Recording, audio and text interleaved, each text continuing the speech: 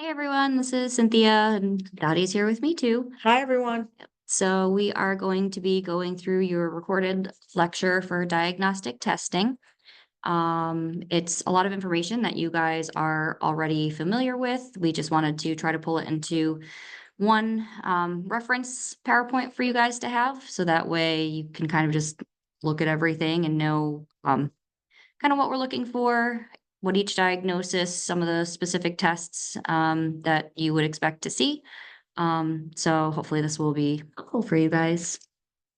So we are going to go through, just know that we have provided the most common normal ranges for labs from Lewis, from your textbook, but also to understand that most facilities have their own reference ranges as well. So you may see some variances, but this kind of just gives you that overview. So we don't expect you to memorize these ranges, but just having an understanding of what abnormal versus normal would look like.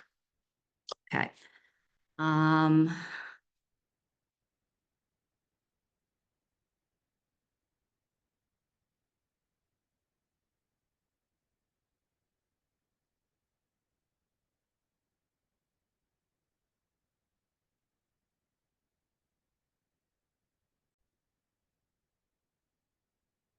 Sorry about that, technical difficulties. Okay, so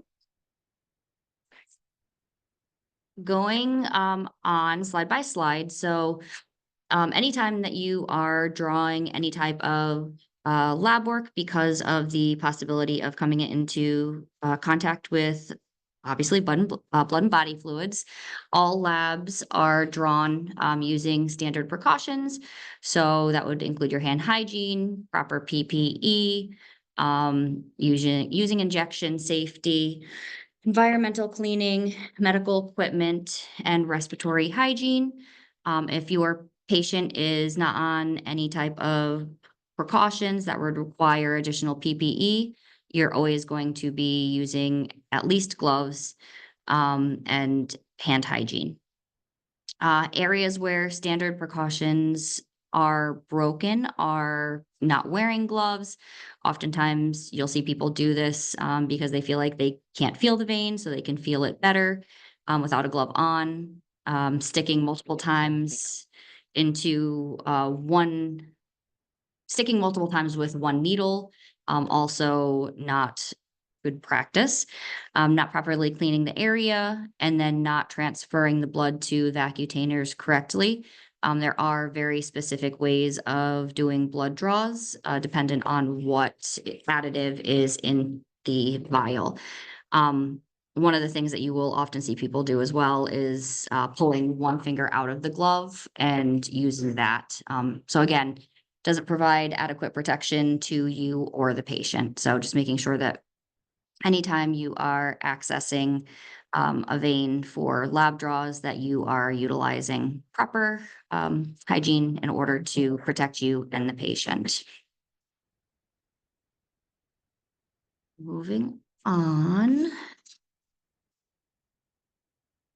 So we just touched on this, but the order of blood draws is very important. So blood collection containers have specific additives to aid in running tests.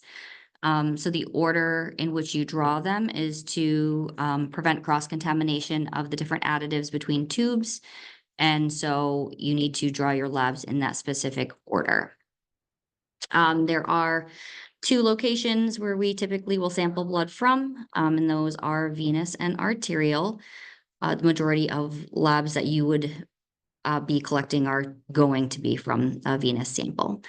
And then IV fluids and TPN should always be paused prior to drawing your labs whenever possible, just because you don't want to dilute your blood sample or have the potential of having anything additional in there. So your supplies, it's very important to make sure that you gather all your supplies and you have everything ready prior to starting your venipuncture.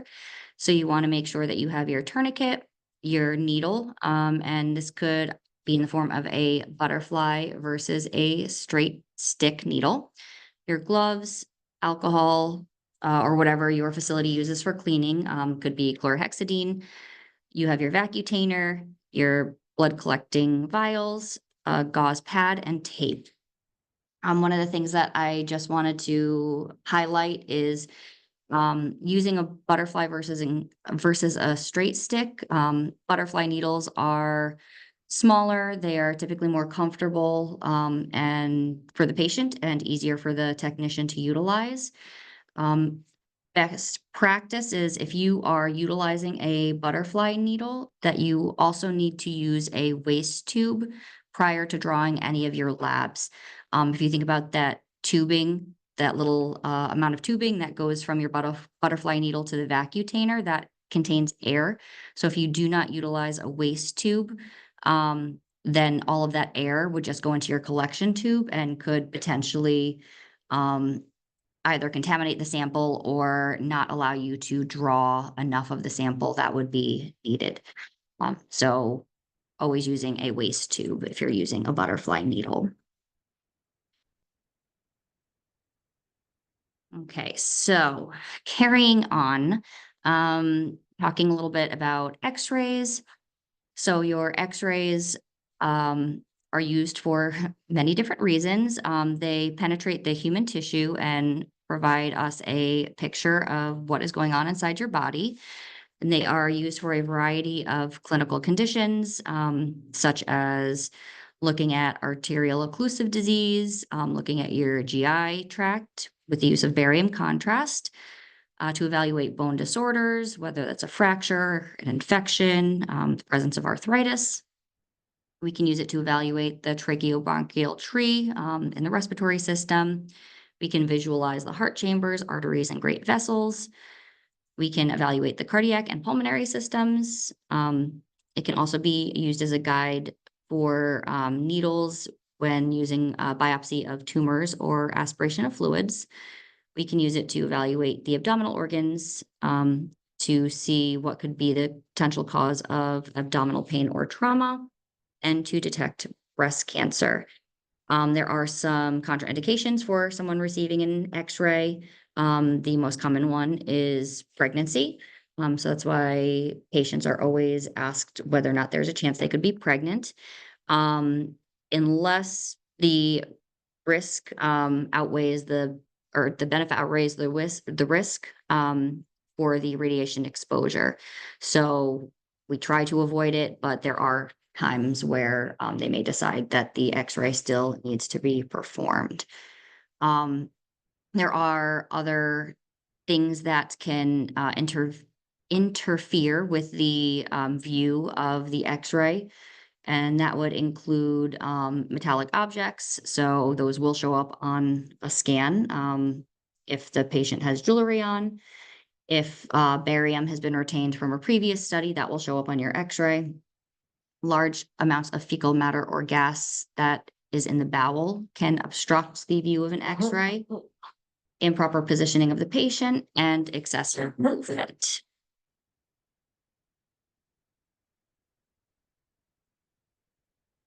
The next diagnostic test that we are going to talk about is a CT scan.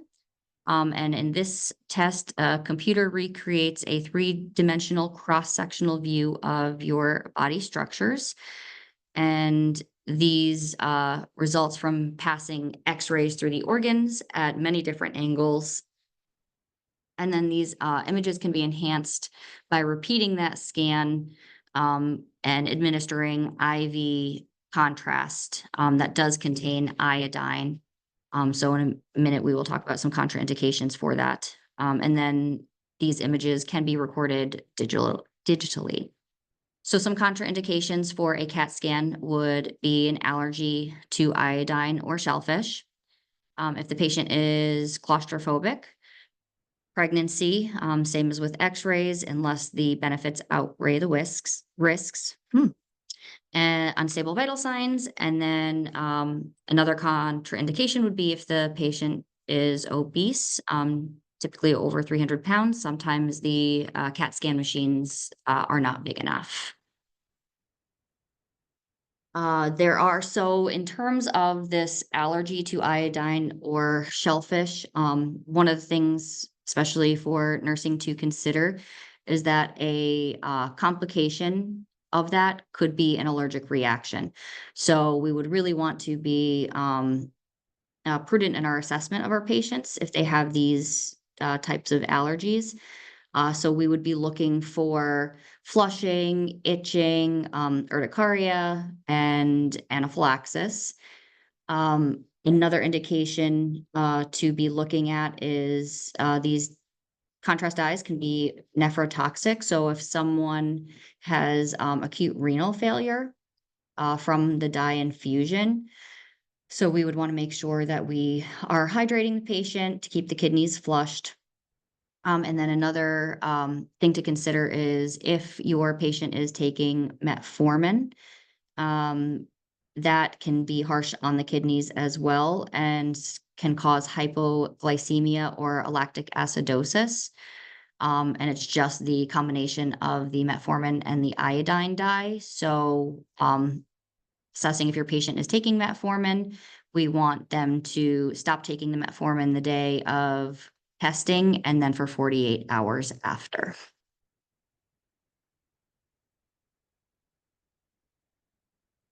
The next diagnostic test that we are going to talk about is an MRI, which is magnetic resonance imaging.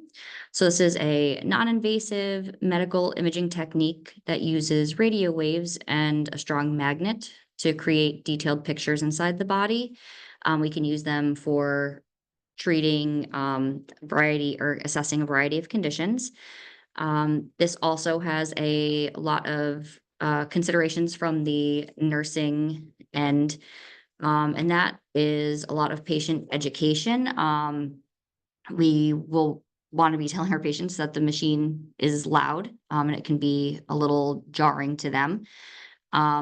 We want to have them remove any metal jewelry, any clothing that has metal on it, underwires, um, any snaps, belts, buckles, zippers, assessing the patient if they have a pacemaker, because the MRI waves can damage the device. And then if your patient is claustrophobic, we may have to give them an anxiolytic prior to the exam. Typically, we would give them lorazepam, just to help them kind of calm down a little bit. They do have to remain still for the entirety of the exam. So this can definitely help. Um, MRI checklist, a procedure checklist is performed with the patient prior to them going down. It's a pretty involved checklist that just verifies that they don't have any thing in their body that could potentially counteract the magnets. So that would be, the presence of metal in the body. Typically, these are contraindicated with the traditional MRI machines. Um, to note with pacemakers, some of the newer pacemakers have the ability to withstand an MRI.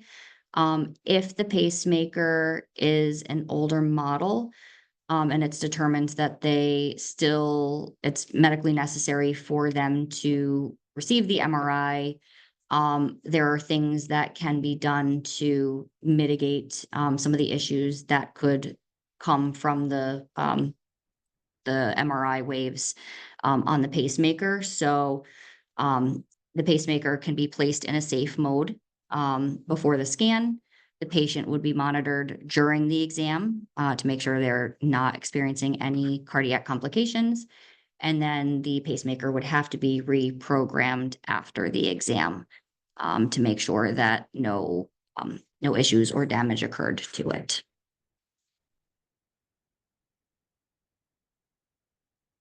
Another diagnostic test we can use is an ultrasound. So this uses sound waves to create real-time pictures or videos of soft tissues inside the body. This is also referred to as sonography, and it can help to guide and diagnose and treat many diseases and conditions. So we're going to start looking at some of these diagnostic tests a little bit more detail. One thing that you will see used very often is the urinalysis. This is part of a routine diagnostic and screening evaluation. It can be divided into two portions. One is sent for the urinalysis, and then one is sent for a culture and sensitivity if that urinalysis comes back positive. So this includes your normal findings, what you would expect a normal urine sample to consist of. Um, as I said, we're not going to expect you guys to memorize any of these. It's just understanding what typically is in a normal urine sample.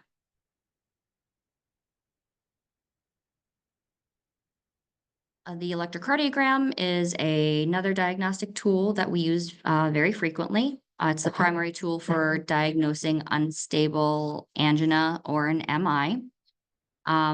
If possible, we would want to compare a new ECG to a previous one, if they have a previous one on file.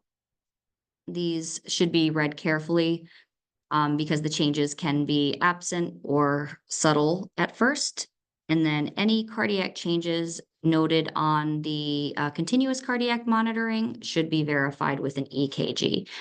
So if you have a patient that you are monitoring with the continuous heart monitor, and they've been in a normal rhythm, and then all of a sudden you see their rhythm change, you would want to get a verifying EKG. And you will hear EKG and ECG used simultaneously. They're Yes. interchangeable. Okay. So looking at now some of our diagnostic testings by diagnosis. So the first one we're going to talk about is substance use disorder. One of the most common tests that you will see is the urine drug testing. Your window of detection is hours to days, except with cannabis. The advantages are that it's easy to collect and it's cost effective. Disadvantages are that it can be prone to tampering. So that would be substituting the urine for someone else's, or contamination of the urine, or diluting the urine. So our clinical goals are to improve patient safety and patient outcomes, facilitate clinician-patient communication, provide objective information, confirm adherence with prescribed medication, and confirm abstinence of illicit drugs or non-prescribed prescription meds. We especially want to touch on these legal goals because the urinalysis can be used to aid as a condition of parole or probation, in custody or parental issues, and in workplace testing. We can also use the breath, breath sample, Breathalyzer. What is the actual common term for that? The breath test? Who knows? But this is most often used if there is a concern for ETOH. So consumption of alcohol at a time when you should not be, typically while driving. The window of detection is minutes to hours.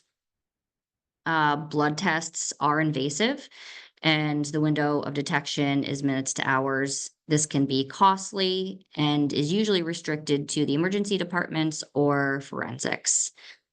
They will often look at CBC, folic acid, and thiamine as well, especially for people who are drinkers, as we have seen, that can deplete your nutritional status and cause malnutrition. So we would want to be looking at those vitamins and minerals to see if they need to be replaced. Hair and nails, window of detection is weeks to months. And then we would also be using an EKG or an ECG. A lot of the antipsychotic medications can cause cardiac dysrhythmias. There are also certain antipsychotic medications that require fairly often blood tests. I think Clozaril is one of them, right? Clozaril is one of them. Usually it's like biweekly blood testing. And there are Dilantin, I think, is another one. Again, we're monitoring levels just to make sure that their levels are exactly, that they're not unsafe for the patient. And you'll see that done fairly often, especially with home care nurses.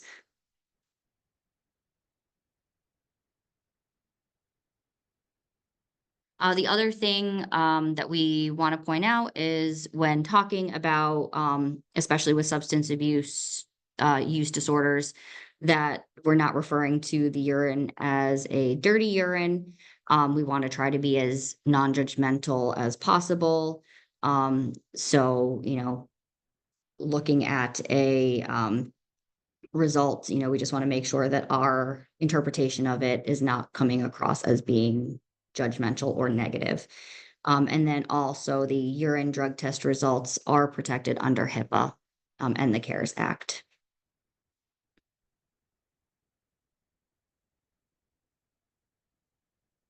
Blood testing used with substance use disorders. Again, we touched on it a little bit, but your CBC, so that includes your RBCs, your hemoglobin, your hematocrit, white blood cells and platelets, your MCV, MCH, and MCHC. And all of these results monitor many health conditions, including anemia, infections, and health disorders. You would also be looking at your CMP, which is your complete metabolic panel. And typically that test includes a glucose, your total protein, your blood urea nitrogen or your BUN. Please don't call it a bun. It's not a bun. That's right. It's a It's a ponytail. BUN.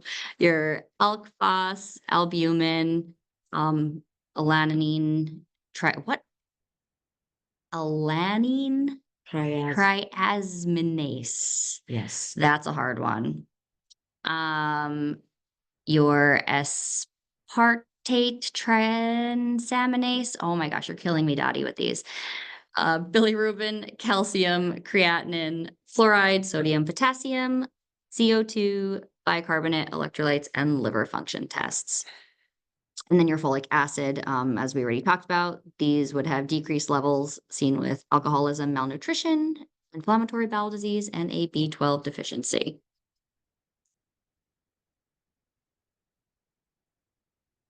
Carrying on, our next diagnosis would be acute coronary syndrome. And again, a lot of this is just kind of a review for you guys. We've gone over a lot of these diagnoses and disorders this semester.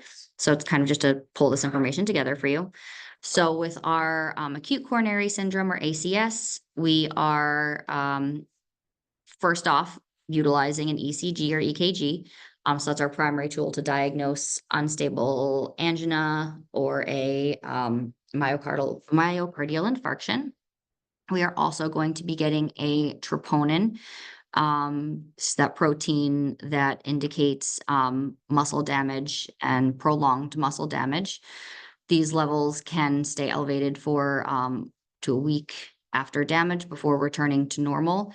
And that's often why you will see serial troponins done if they are worried about an MI, because your first troponin that is drawn may not show damage if the damage is ongoing or continuing.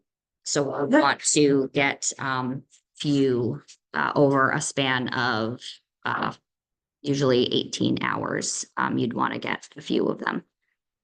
Our creatinine kinase, or CK, so that's an enzyme that's found in your heart and skeletal muscle, and that would indicate muscle damage.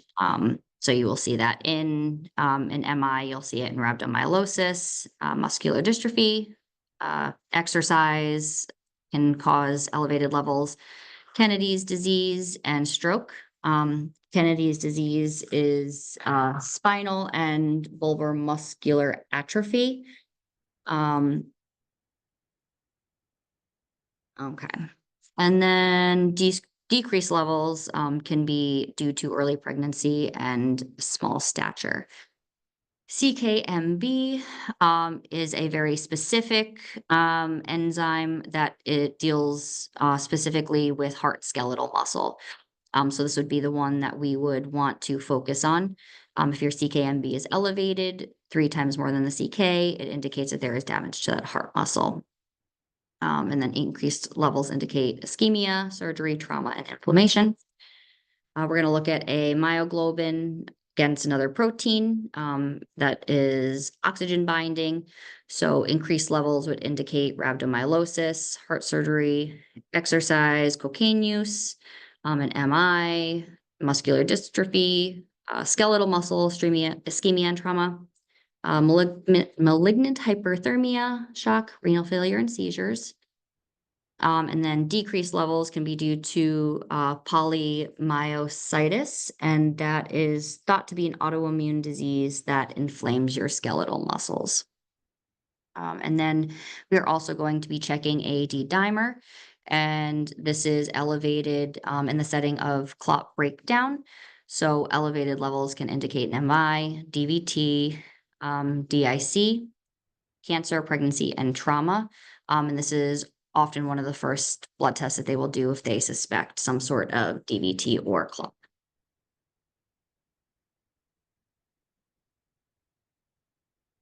Moving on to heart failure, the most common labs that you will see are a BNP, and this is a very specific hormone that's made by the heart, and increased levels are indicative of heart failure. There are multiple levels of the degree of heart failure. At this point, just understanding that if you see an increased level of BNP, your patient is more than likely experiencing some type of heart failure. We also do a CRP, a C-reactive protein, and that is made in the liver, and it is how it responds to inflammation. So increased levels will indicate bacterial infection, Crohn's disease, inflammatory bowel disease, lupus, rheumatoid arthritis, pregnancy, and MI. And then an ECG again. We're going to gather that information just to see what underlying cardiac issues there may be.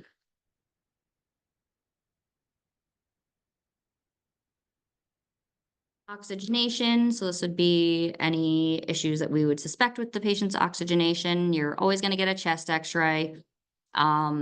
This could show us inflammation in the lungs, if there's infection, the extent, the location, if there is a structural issue, if the patient has a collapsed lung, or any type of nodule, that would also show up as well.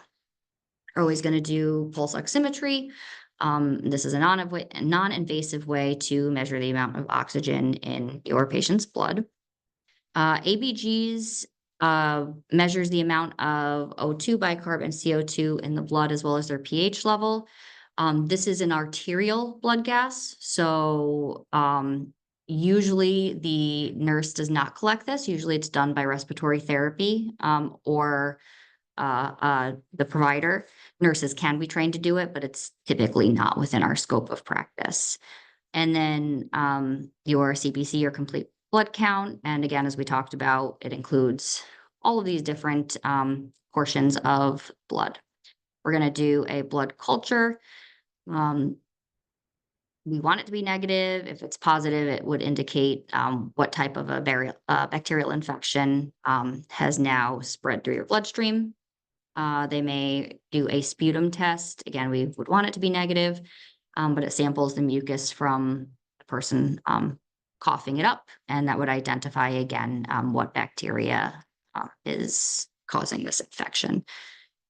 And then we did include the normal values for your CBC and ABG in the notes.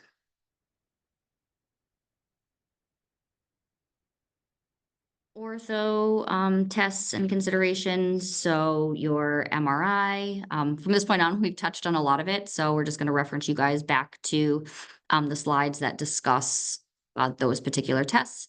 But you would be getting an MRI, an X-ray, and a CAT scan. Those are the most common tests for orthopedic injuries and surgeries. Additional tests that you may see would be a bone scan. These are often used to detect weak orbital bones. So if someone has this suspicion of, say, osteoarthritis, that would give us an indication of how strong their bones are.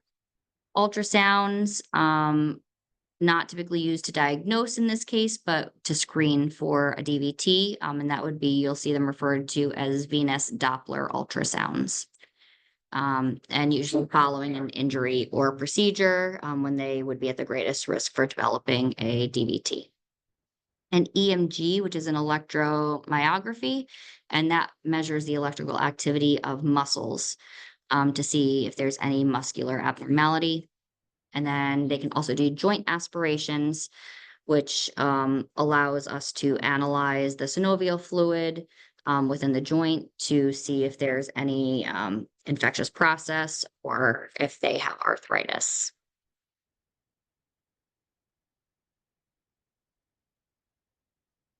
Nutrition, I know we just recently talked a lot about nutrition. So again, these are a lot of the blood tests that you would expect to see if you are anticipating a malnourished patient. So you're going to be looking at your prealbumin, your albumin, your total protein. You're definitely going to be wanting to looking at a lipid profile. Again, this will help us to determine any type of risk for cardiovascular disease. And that is broken down into a few different areas. So your cholesterol, your low density lipoprotein, triglycerides, and your high density lipoprotein.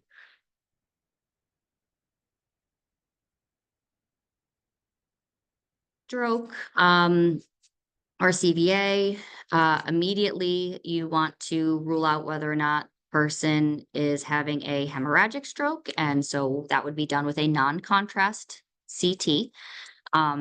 If there are no signs of a hemorrhage, then they may proceed with the administration of the contrast dye for a contrast CT. CT angiography. So this is where the contrast dye is injected into the veins, and that assists in visualizing any type of vessel occlusions, malformations, a dissection, or aneurysms. Your MRI is almost always going to be ordered, and that is that more in-depth study that would evaluate the ischemic stroke, if they're having any TIAs, and if there's hemorrhagic brain lesions. You're going to do your PT, PTT, INR. So these are your labs that you're looking at to assess the clotting times in the patient's blood. And it aids us in determining any type of anticoagulation therapy that may be required. And you are always going to obtain a blood glucose because hypoglycemia can mimic symptoms of a stroke.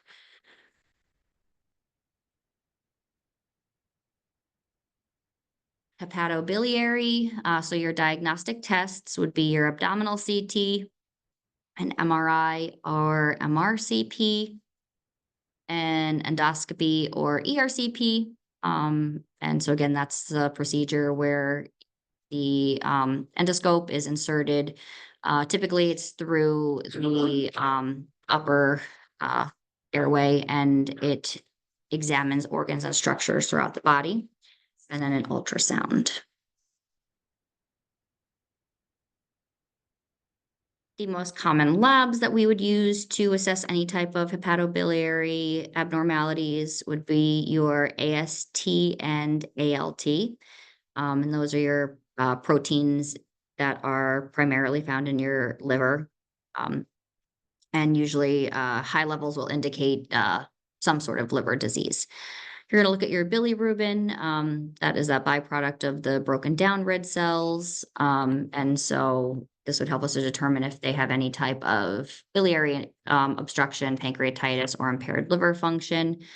Your PT, INR, as we just spoke about, those are looking at your clotting factors. With the INR, it is important to differentiate whether or not the patient is on warfarin all or not, because the acceptable level changes. So if they are not on warfarin, we expect it to be less than 1. And if they are on warfarin, we expect it to be between a 2 and a 3, just because the warfarin will thin out their blood, and that's what we want. We're going to look at a total protein. Again, helps us to identify malnutrition. Ammonia level, which is that byproduct of the breakdown of protein, and it's excreted in the stool. Especially patients with liver issues, it causes a buildup and leads to hepatic encephalopathy and altered mental status. We're going to be looking at the albumin levels. our amylase, and our lipase.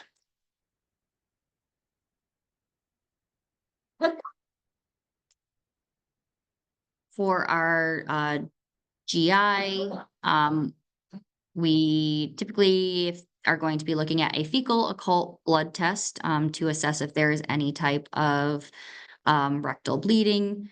So if there's any suspicion of a GI bleed, we would want to attain a fecal occult blood test. A stool culture will help us to assess for any type of abnormal bacteria in our digestive tract. A colonoscopy or an endoscopy may be done. So the colonoscopy looks at the colon, the lower part of your GI tract, and as stated before, the endoscopy looks at the upper portion of your digestive tract. You're going to do a urine test to see if there's any bilirubin, bilinogen, or a urine amylase. You're going to do your CBC. We're also going to be doing the amylase and lipase, again, to see if your pancreas is working correctly. And then you are going to also be looking at calcium levels.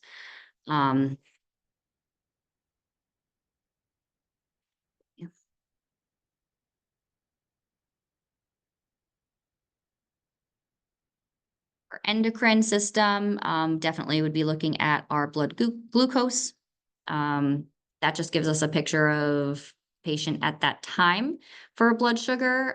So we would also want to be obtaining a hemoglobin A1C, which actually gives us the ability to look at the blood sugar over the past 2 to 3 months. And this is something that specifically in primary care, they will help to diagnose diabetes and to see how compliant the patient is with their diabetic regime. We're also going to be doing a TSH or thyroid stimulating hormone. This hormone is released from the pituitary, and it is in response to low levels of thyroid hormone.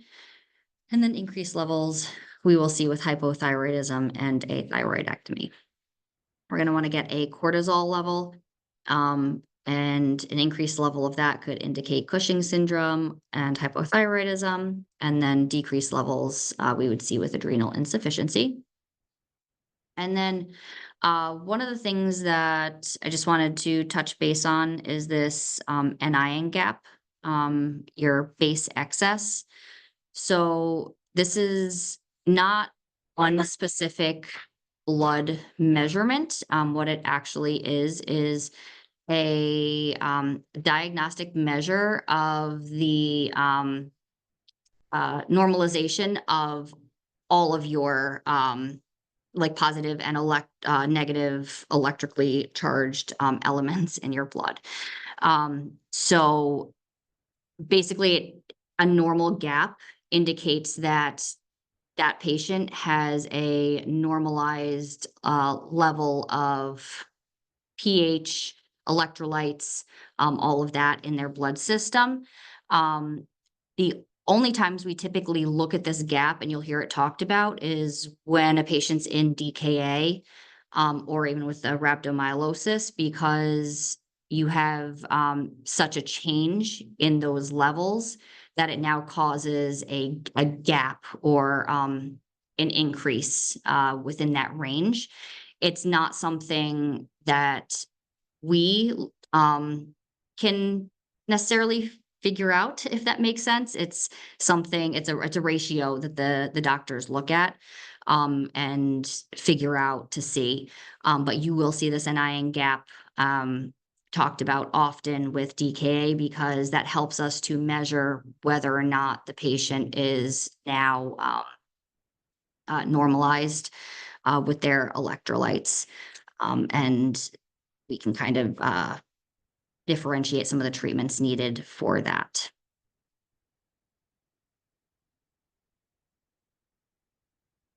Renal system, we're going to want to be doing a creatinine excreted by the kidneys.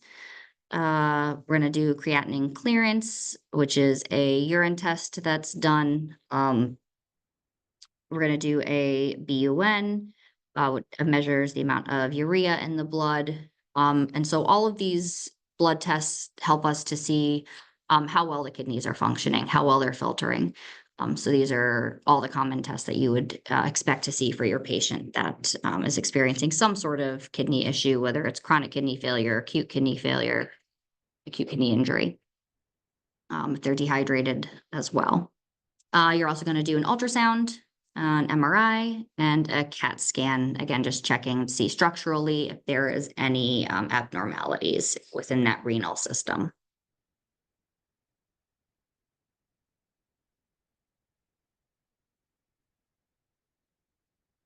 The next slide is cellular regulation and cancer.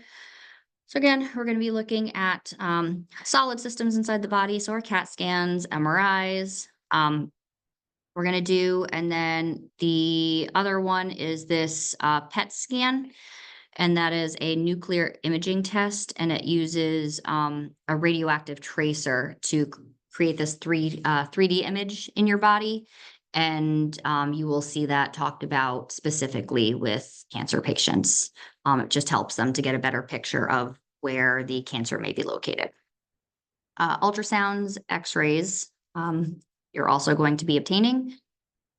Biopsy is where they can sample the tumor and then examine it under the microscope to see what type of cancer and to confirm that diagnosis. You're going to be doing your CBC and then a tumor marker test that measures the amount of tumor markers in the person's blood, urine, tissues, or other body fluids.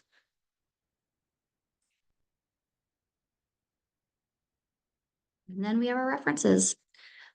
So that is it. I know it seems like it's a lot of information, but hopefully, like I said, this just kind of gives you guys an overview of what you should expect to see, especially when you're looking at your patient charts or thinking about a specific patient diagnosis.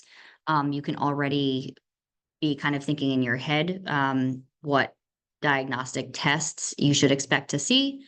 So that way, if you don't see those diagnostic tests, you can maybe advocate for your patient and ask if they are required. So thanks for listening. And good luck with the exam. And we will see you guys, well, tomorrow. But Yeah. yeah. Have a great rest of your day. Bye, guys.